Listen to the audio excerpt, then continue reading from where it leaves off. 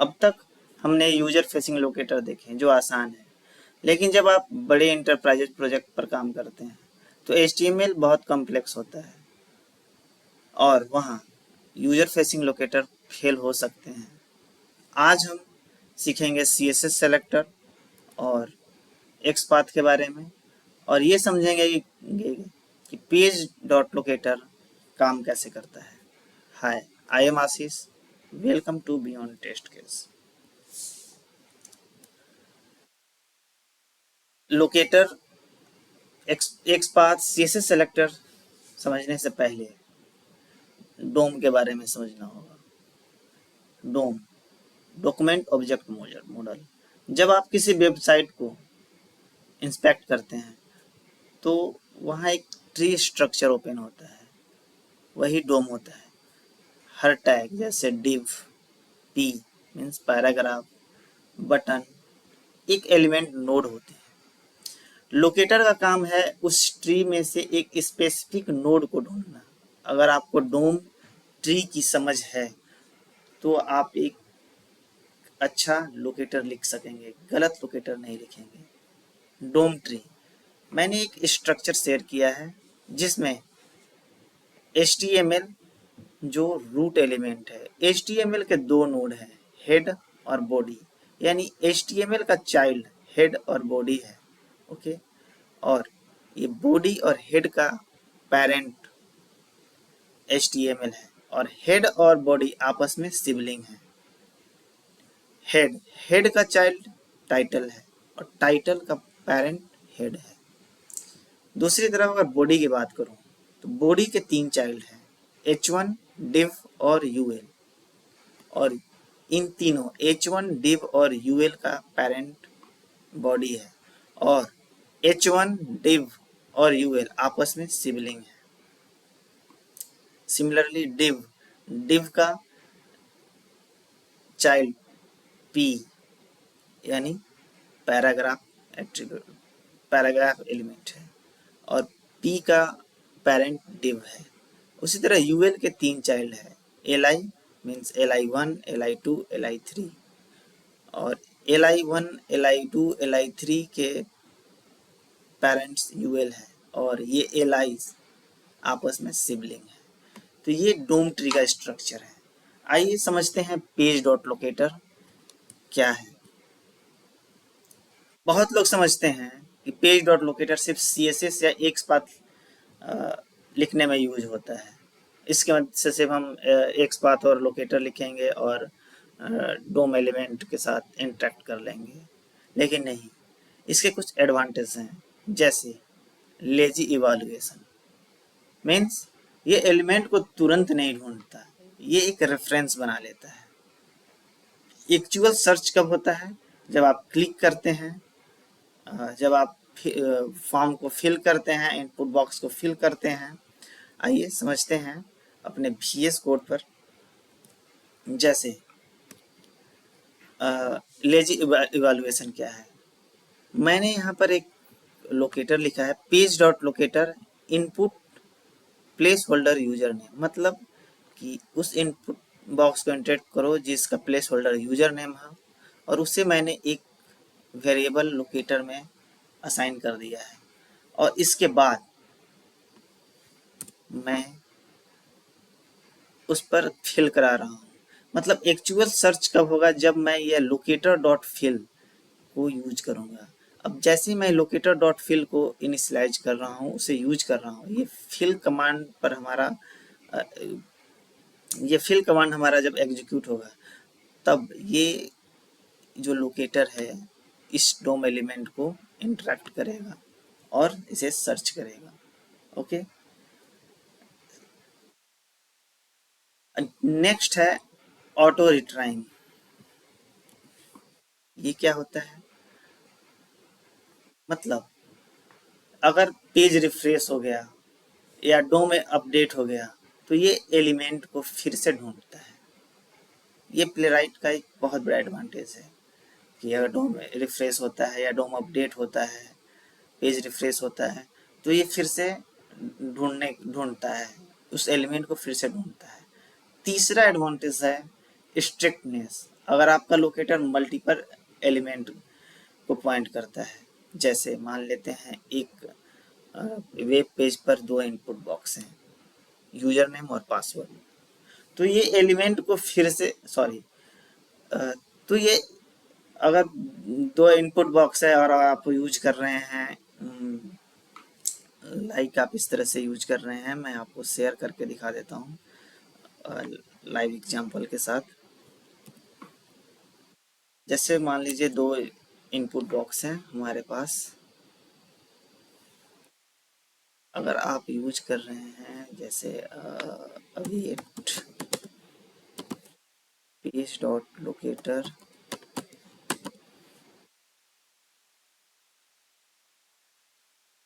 और आप सिर्फ ये यूज कर रहे हैं इनपुट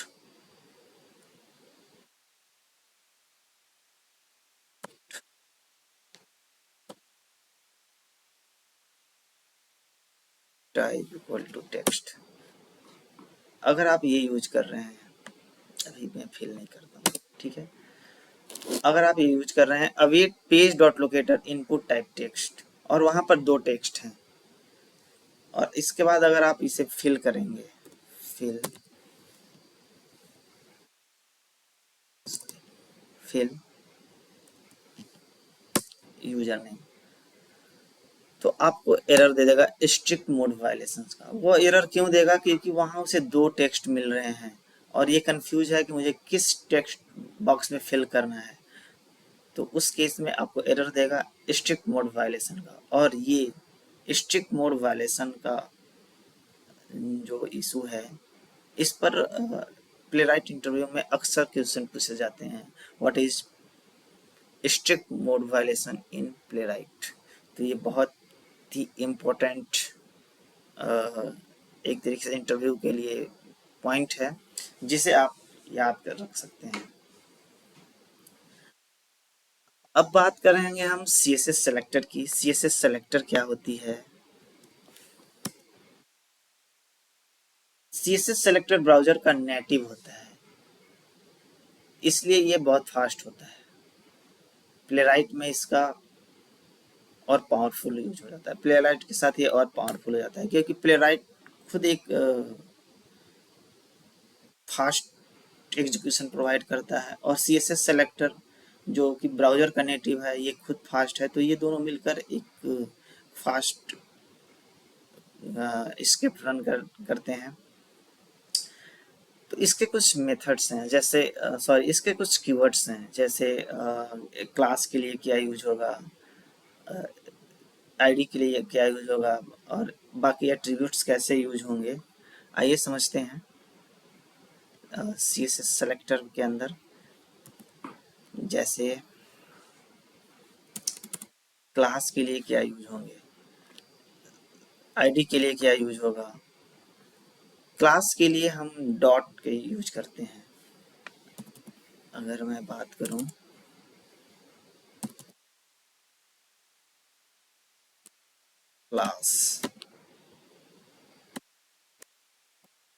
क्लास के लिए डॉट यूज करते हैं, इसके बाद क्लास का नेम यूज करते हैं। उसी तरह सिमिलरली आईडी के लिए हैश यूज करते हैं और आईडी का नेम देते हैं। एट्रीब्यूट्स, बाकी एट्रीब्यूट्स मतलब जैसे प्लेस होल्डर हो गया, नेम हो गया, वैल्यू हो गया, तो उसके लिए हम एट्रीब्यूट्स और वैल्यू को यूज करते हैं। आप इसके साथ टैग भी यूज कर सकते हैं। टैग इसलिए जैसे कि इनपुट में नेम होते हैं, बटन भी एक टैग है, बटन के भी नेम होते हैं, तो वहाँ पर स्पेसिफाई करना जरूरी है कि ये किस टैग से रिलेटेड है। तो इस तरह से CSS सेलेक्टर काम करता है। इसके साथ हम पार्शियल मैच भी कर सकते हैं। जैसे पार्शियल मैच करने के लिए अगर आप ये कीवर्ड यूज करते हैं, तो ये स्टार्ट विथ के साथ काम करता है। डॉलर के साथ इक्वल टू लगाते हैं, एंड विथ के साथ काम करता है। अगर मल्टीप्लाई और इक्वल टू यूज करते हैं तो ये, या स्टार और इक्वल टू यूज करते हैं तो कंटेन के लिए काम करता है। मीन्स इसका मतलब क्या हुआ? कि ये डॉलर और इक्वल टू यूज करें तो एंड्स विथ। इसका मतलब यह हुआ कि जैसे ये एक CSS सेलेक्टर लिखा हुआ है, इसके अंदर मैं अगर समझाता हूँ आपको कि ये हमारा एक आईडी है यूजर नेम, ठीक है।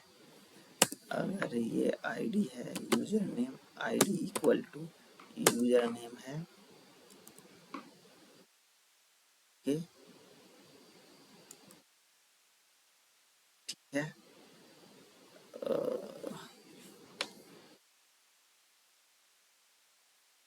कुछ सिंटैक्स गलत हो रहे हैं, कोई दिक्कत नहीं है, इसके लिए मैं यूज कर लेता हूँ आईडी इक्वल टू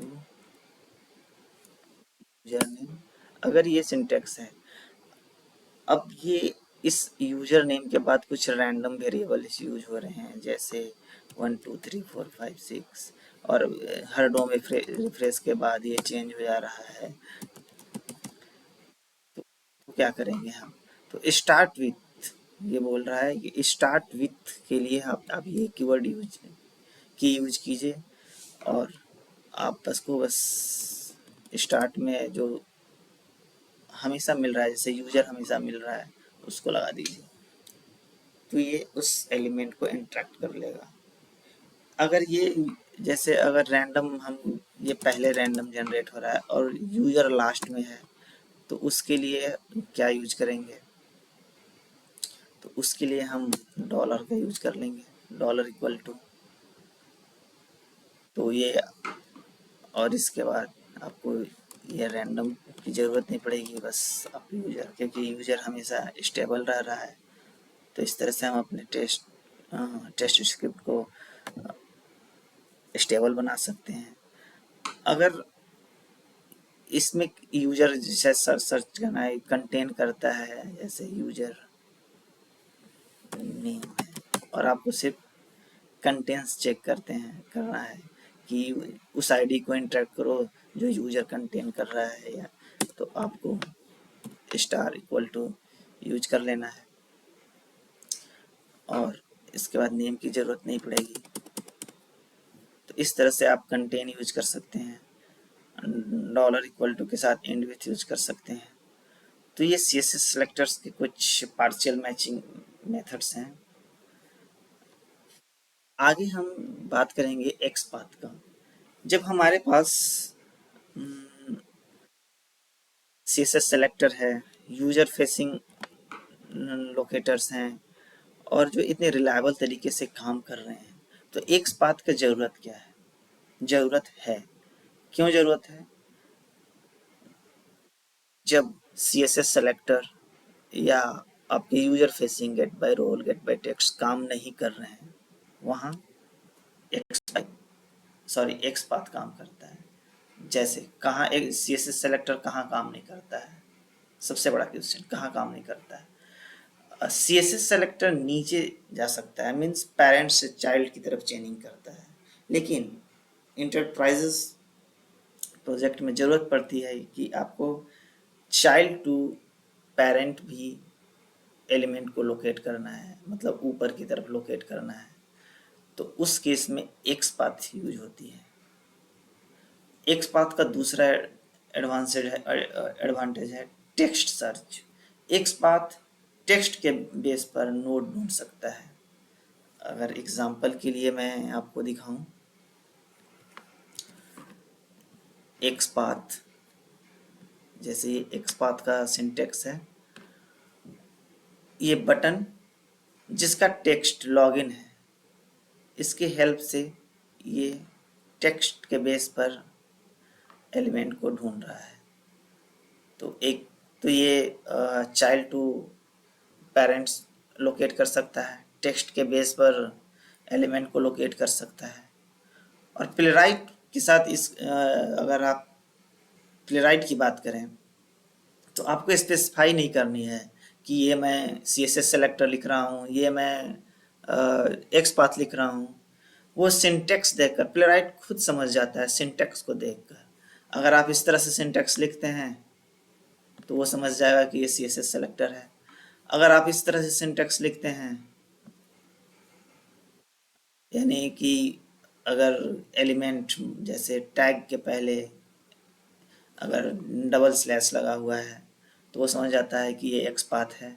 तो आपको स्पेसिफाई करने की ज़रूरत ही नहीं पड़ती प्लेराइट में कि हम एक्स पाथ लिख रहे हैं या CSS सेलेक्टर लिख रहे हैं या यूजर फेसिंग सेलेक्टर लिख रहे हैं। प्लेराइट खुद समझ जाता है इन चीज़ों को। तो आज हमने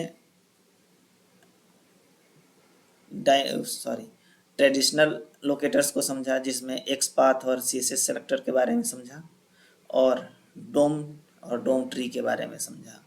अगली वीडियो में हम फिल्टरिंग और चेनिंग के बारे में समझेंगे। जैसे चेनिंग इन मीन्स अभी तक जितने भी हमने लोकेटर्स के बारे में पढ़ा है, user facing, CSS selector, x path, इनको हम चेन में कैसे यूज कर सकते हैं। जैसे एक यूजर फेसिंग लोकेटर को यूज कर लिए हैं और उसके नेक्स्ट चाइल्ड के लिए CSS सेलेक्टर को यूज कर लिए हैं, या पेरेंट के लिए गेट बाय रोल यूज कर लिए हैं और चाइल्ड के लिए अनदर गेट बाय लोकेटर को यूज कर लिए। तो वो रिक्वायरमेंट पर डिपेंड करता है कि हमें किस चीज़ का रिक्वायरमेंट है।